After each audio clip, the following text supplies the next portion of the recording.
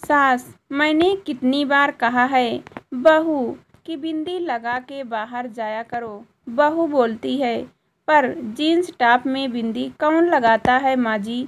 सास भी बड़ी तेज थी, तुरंत नहले पे दहला मार कर बोली, मैंने कब कहा कि जीन्स पे लगा, माथे पे लगा ले बेटी। एक सास ने नई नवेली बहू से पूछा, बहू मान लो अगर तुम पलंग पर बैठी हो और मैं भी उस पर आकर बैठ जाऊं तो तुम क्या करोगी। बहू, तो मैं उठकर सोफे पर बैठ जाऊंगी।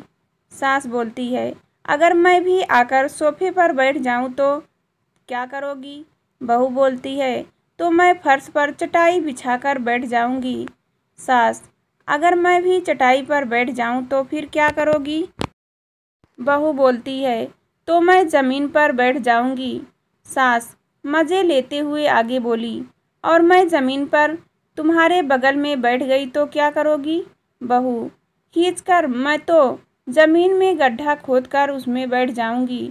सास, अगर मैं गड्ढे में भी आकर बैठ गई तो क्या करोगी। बहू, तो मैं ऊपर से मिट्टी डालकर सिलसिला खत्म कर दूंगी। सास को बाहर से चिल्लाने की आवाज़ आई। सास, बहू कौन है।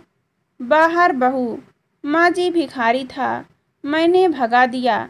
सास, अरे कुलमुही मुझसे बिना पूछे भिखारी को भगा दिया, उसे जल्दी वापस बुला।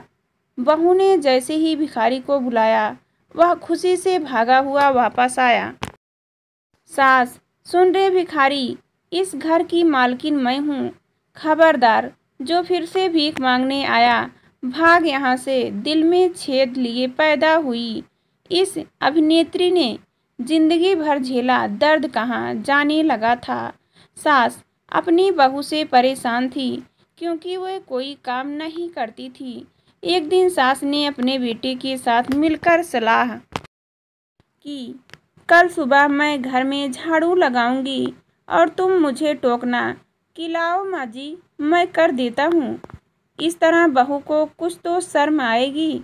सुबह जैसे ही माँ झाड़ू लगाने लगी, बेटा बोला, लाओ माँ, मैं कर देता हूँ। बहू बोलती है, अरे इसमें झगड़ने की क्या बात है, एक दिन माँ लगाएगी और एक दिन तुम लगा लेना।